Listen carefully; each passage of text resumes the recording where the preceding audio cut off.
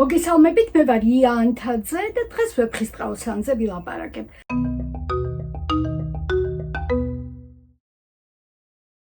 სანამ თავარ სათქმელზე გადავალ, ტრადიციულად გთხოვთ, რომ გამოიწეროთ ჩვენი, ანუ ზღარბის არხი და ამით რაც შეიძლება მეტ ადამიანს მივცეთ საშუალება, რომ შემოგვიერთდეს აქ ამ პლატფორმაზე. წინა გადაცემაში დავიწყე მოყოლად, როგორ წარადგენს შოთა რუსთაველი პერსონაჟებს ვეფხისტყაოსანში და პირველ რიგში გიამბეთ თვითონ ავტორი როგორ წარადგენს საკუთარ თავს, როგორც ავტორი და როგორც პერსონაჟი. დღეს გადავდივართ ხრობის მეორე ნაწილზე, შოთა რუსთაველი როგორც ავტორი, როგორ წარადგენს პოემის პერსონაჟებს და აქ არსებობს ერთი კანონზომიერება. პოემის პირველ ნაწილში შოთა რუსთაველი თვითონ წარადგენს როგორც მთავარგმირებს, ასევე მეორეხარისხოვან პერსონაჟებს, ხოლო პოემის მეორე ნაწილში პერსონაჟები თვითონ წარადგენენ ერთმანეთს, არის მხოლოდ ორი პერსონაჟი, რომელსაც ავტორი წარადგენს და მათ შესახებ დღესვე გიამბობთ. დღევანდელი თხრობა მინდა რომ პოემის მთავარი გმირის ტარიელის წარდგენით დავიწყო. რა თქმა უნდა, ტარიელს თავდაპირველად ხვდებით პოემის სათაურში, ვეფხისტყაოსანი. და ეს სიტყვა ვეფხისტყაოსანი ნიშნავს ადამიანს, რომელსაც ვეფხის ტყავი მოსავს. ადრეც მithქვავს, რომ როდესაც მკითხველები კამათობენ, მსჯელობენ იმის შესახებ, თუ ვინ არის პოემის მთავარი გმირი, ტარიელი თუ ავთანდილი, ამ კამათს აბსოლუტურად აცლის საფუძველს პოემის სათაური, რომელიც პირდაპირ მიგვანიშნებს, თუ ვინ არის პოემის მთავარი გმირი და რა თქმა უნდა, ეს არის ვეფხისტყაოსანი მოყმე, ანუ ტარიელი. ლევან ბერძენიშვილი თავის წიგნში საუბრები ვეფხისტყაოსანზე სპეციალურ თავს უძღვნის პოემის სათაურს და ამბობს, რომ აღმოსავლური სამიჯნურო რომანების მსგავსადო ვეფხისტყაოსნის სათაურშიც ერთი გმირი კი არ არის წარდგენილი, ორი გმირი არისო, იმიტომ რომ ვეფხისტყაოსანი ნიშნავს ტარიელი, რომელსაც ვეფხის ტყავი მოსავს, ხოლო ვეფხი არის ნესტანის სიმბოლო, ესე იგი სათაურში პირდაპირ წერია, რომ ეს ამბავი არის ტარიელზე, რომელსაც ნესტანი მოსავს. და ბატონი ლევანი წერს, რომ აი სათაურში ერთი სიტყვით არის გადმოცემული ორი ადამიანის ერთობა. ეს არის ძალიან საინტერესო ვერსია, დავიმახსოვროთ და გავაგრძელოთ ტარიელის წარდგენის ამბავი. პოემის პროლოგში ავტორი ორჯერ ახსენებს ტარიელს. მით შევეწივნეთ ტარიელს ტურფათცა უნდა ხსენება ამბობს და იქვე ამბობს მოდავსხდეთ ტარიელისთვის ცრემლი გვდის შეუშრობელი. თუმცა ის ფაქტი, რომ პოემის სათაურში ნახსენები ვეფხისტყაოსანი და პოემის პროლოგში ორჯერ ნახსენები ტარიელი ერთი და იგივე გმირია, ეს ჩვენ არ ვიცით და ამის გამხელა ხდება ორ ეტაპად. თავიდან პოემის ავტორი მკითხველს წარუდგენს ვეფხის ტყავით მოსილ უცხო მოყმეს, რომელიც ზის წყლის პირს გვერდით ყავს ძალიან ძვირფასა და აღკაზმული შავი ცხენი, ხელში უჭირავს მკლავზე მსხვილი მათრახი და ეს ულამაზესი ვაჟკაცი ზის ჩამომჯდარა წყლის პირას და ტირის. რა თქმა უნდა, მკითხველი მაშინვე ხვდება, რომ სათაურში მოხსენებული ვეფხისტყაოსანი და ეს უცხო მოყმე არის ერთი და იგივე პერსონაჟი, მაგრამ თვითონ სიტყვა ტარიელი, რომელიც უკვე ვიცით პროლოგიდან, პოემის ტექსტში გვხვდება პირველად იმ ეპიზოდში, როდესაც ავთანდილი უკვე გამოქვაბულთან არის, უკვე ხედავს, რომ გამოქვაბულში მარტო ქალია დარჩენილი და უნდა რომ უცხო მოყმის ამბავი მისგან გაიგოს, შევა გამოქვაბულში და ეს ქალი უცხო მამაკაცს რო დაინახავს, შეშინებული გარეთ გამოვარდება და ტარიელს ვისმე უზახდა მწეთ, თუცა არ ემწებოდა. ესე იგი, ტარიელს უხმობდა, ეძახდა ვიღაც ტარიელსო, მაგრამ ვერ ეხმარებოდა, იმიტომ რომ შორს იყო უკვე და აი აქ პირველად ვიგებთ, რომ პოემაში ჩნდება ეს სიტყვა ტარიელი, ეს სახელი. და შემდეგ ვიცით სიუჟეტი როგორც გრძელდება, ავთანდილის ტირილით გულაჩუყებული ეს ქალი თვითონვე უმხელს უცხო მოყმის ვინაობას მას და ეუბნება ტარიელ არის სახელი იმა მოყმის სახელისა და აი მხოლოდ ამის შემდეგ საბოლოოდ ხდება ცხადი რომ სათავში დასახელებული ვეფხისტყაოსანი პროლოგში ორჯერ დასახელებული ტარიელი და ეს გამოქვაბულში მცხოვრები გმირი ეს ყველა არის ერთი და იგივე პერსონაჟი და ეს ის მოყმე რომლის სახელიც ქვია პოემას როგორც კი პროლოგი მთავრდება და ამბავი იწყება, შოთა რუსთაველი წარადგენს არაბეთის მეფეს როსტევანს და მის ქალიშვილს თინათინს. ამ ორი პერსონაჟის წარდგენა შეიძლება ყველაზე უკეთ გვახსოვს ვეფხისტყაოსნიდან, იმიტომ რომ ეს ისეთი სტროფებია, რომლებსაც ჩვენი ყური ნამდვილად გაჩვეულია, მაგრამ არ ვიცი მიგიქცევიათ თუ არა ყურადღება, რომ ამ ორი პერსონაჟის წარდგენა ხდება აბსოლუტურად ერთმანეთისგან განსხვავებული მხატვრული ხერხით და აი ახლა ვნახოთ როგორ.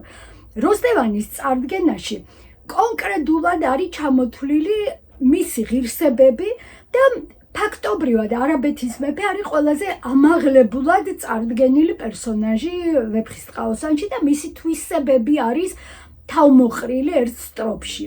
იყო არაბეთს როსტევან მეფე ღმრთისაგან სვიანი მაღალი უხვი მდაბალი ლაშქარ მრავალი ყმიანი მოსამართლე და მოწყალე მორჭმული განგებიანი თვით მეომარი უებრო კლა მოუბარი წყლიანი აი ხედავთ რომ ამ ერთ სტროფში იდეალური მეფის ხატი არის აღწერილი ეხლა თინათინის წარდგენას დავაკვირდეთ სხვაძე არ ესვა მეფესა მართოდენ მარტოდ ასული სოფლისა მნათი მნათობი მზისაცა დასთა დასული მან მისთა მჭვრეთთა წაუღის გული გონება დასული ბრძენი ხამს მისაც საქებრად და ენა ბევრად ასული თინათინის აღწერაში რაიმე კონკრეტული დეტალი საერთოდ არ გვხვდება გადმოცემულია მხოლოდ ის შთაბეჭდილება რასაც ის ახდენს მნახველებზე და ნათქვამია რომ ზესავით ანათებს სამყაროს რომ მის მჭვრეტელებს უტყვევებს გულს გონებას და სულს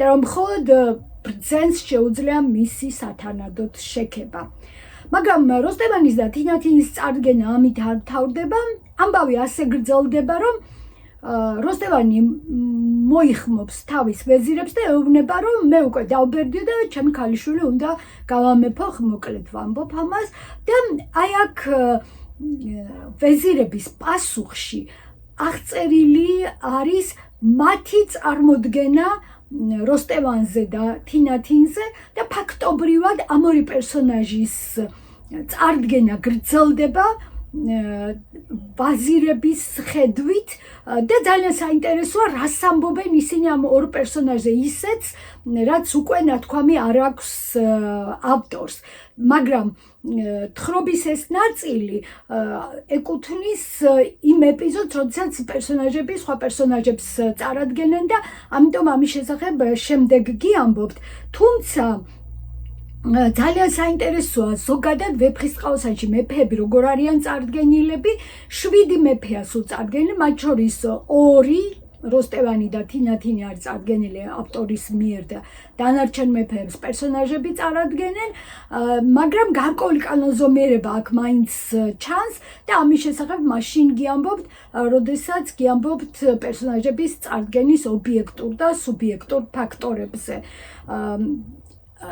შემდეგ როდესაც მთავრდება ასე ვთქვათ როსტევანის და თინათინის აღწერა ამას პირდაპირ მოყვება ავთანდილის აღწერა ეს არის არაბეთის სპასპეტი და ასეც არის ნათქვამი ავთანდილ იყო სპასპეტი ძე ამირ სპასალარის ესე იგი დასახელებული არის მისი სახელი შემდეგ მისი სტატუსი და შემდეგ მისი წარმომავლობა და მხოლოდ ამის შემდეგ გრძელდება გარეგნობის აღწერა საროსამჯობი ნაზარდი მსგავსი მზისა და მთვარისა ჯერ თუ წვერული სადარო ბროლ მინა საცნობარისა აქაც როგორც ხედავთ ზოგადი აღწერა არის გარეგნობის და ასაკია მითითებული რომ ახალგაზრდა კაცზე ლაპარაკობს ხო და მე უკვე ამას პირდაპირ მოსდევს ავთანდილის გრძნობები თინათინის მიმართ შოთა რუსთაველი ავთანდილის წარდგენასაც აქ არ ამთავრებს ამბავი ესე გრძელდება რომ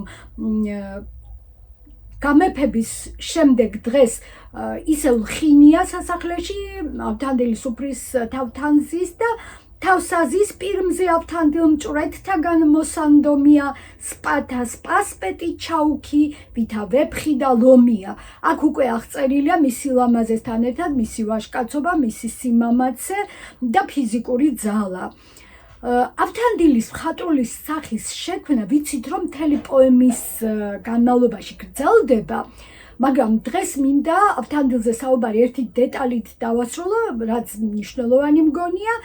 რუსთაველი წერს, რომ ავთანდილი არის თეთრტაიჭოსანი. ეს იმიტომ არის მნიშვნელოვანი, რომ ტარიელთან დაკავშირებით გვახსოვს, რომ შავი ცხენი სადავითა ყვალომსა და ვითა გმირსა. ესე იგი, სიცოცხლის დამამკვიდრებელი გმირი ავთანდილი არის თეთრტაიჭოსანი და სიცოცხლის უარმყოფი გმირი, გადევების გამოქვაბულში მცხოვრები, ვეფხისტყაოსით შემოსილი გმირი არის შავ ცხენზე ამხედრებული, შავი ცხენის მხედარი. რა თქმა უნდა ეს კონცეპტუალურია.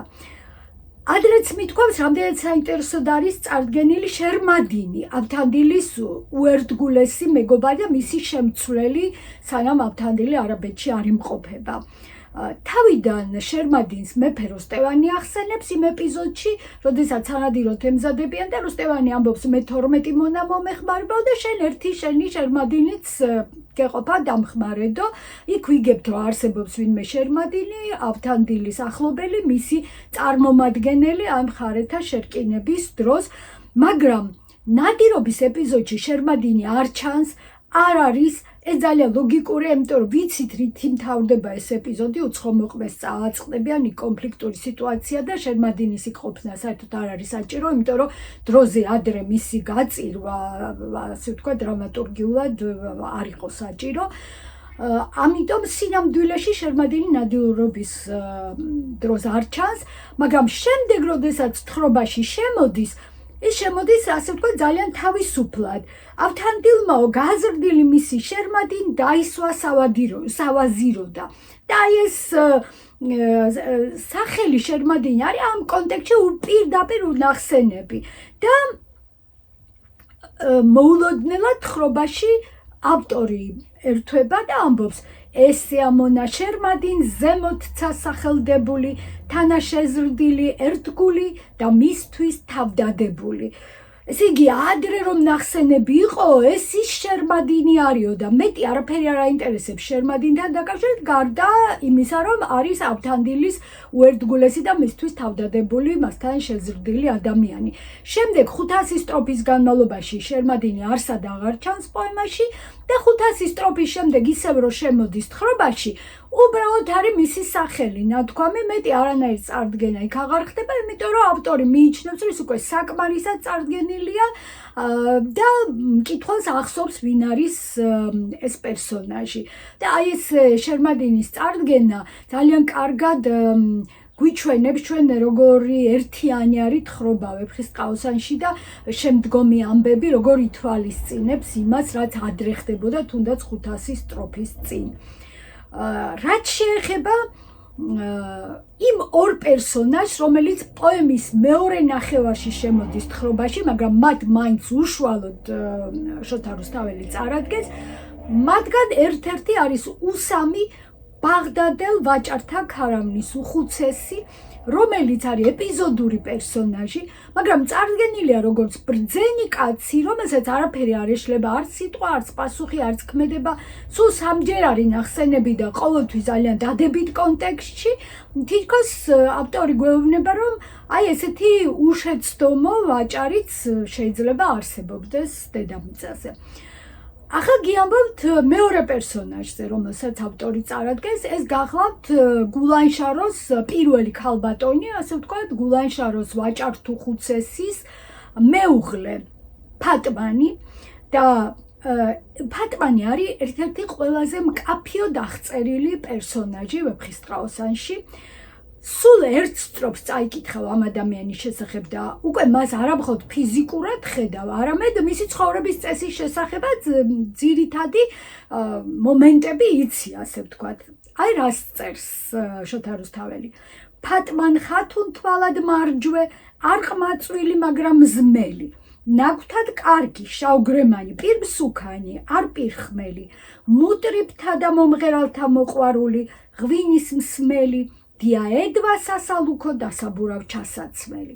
ესე იგი რაო, ეს არისო მიმზიდველი გარეგნობის, არც თუ ახალგაზრდა, მაგრამ ხალისიანი, კარგად მოყვანილი ტანი, ჩავგრემანი, პირმსუქანი, მსუბქანი პირის სახის, მუსიკოსების და მომღერლების მოყვარული, ღვინის მსმელი და ძალიან ძვირფასა და ლამაზად ჩაცმული ქალი. აი ასეთი არის ფატმანი.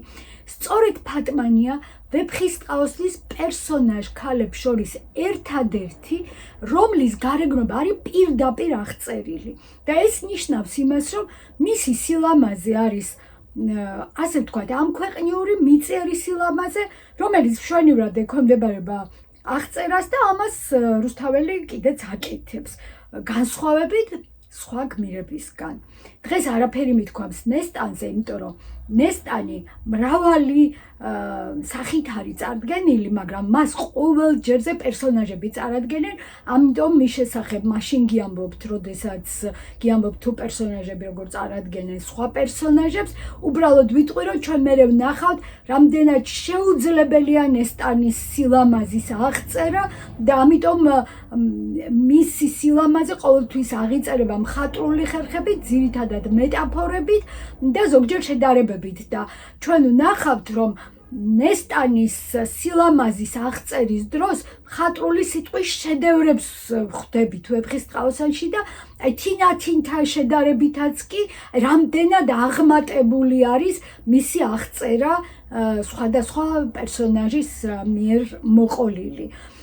შემდეგი გადაცემიდან დავიწყებ უკვე იმ ეპიზოდების განხილვა, სადაც პერსონაჟები თვითონ წარადგენენ ერთმანეთს, სხვა პერსონაჟებს და დღეს მხოლოდ ვიტყვი ანონსად, რომ აქ იქსოვება დიდი ბადე, დრამატურგიული ბადე, მაგრამ ეს წარდგენების სისტემა ისე აგებული, რომ არსად ეს ქსოვილი დარღვეული არ არის. აი ოდნავადაც კი აბსოლუტურად შეკრული ქსოვილია და ამის შესახებ თხრობას შემდეგ ხუთშაბათს დავიწყებ.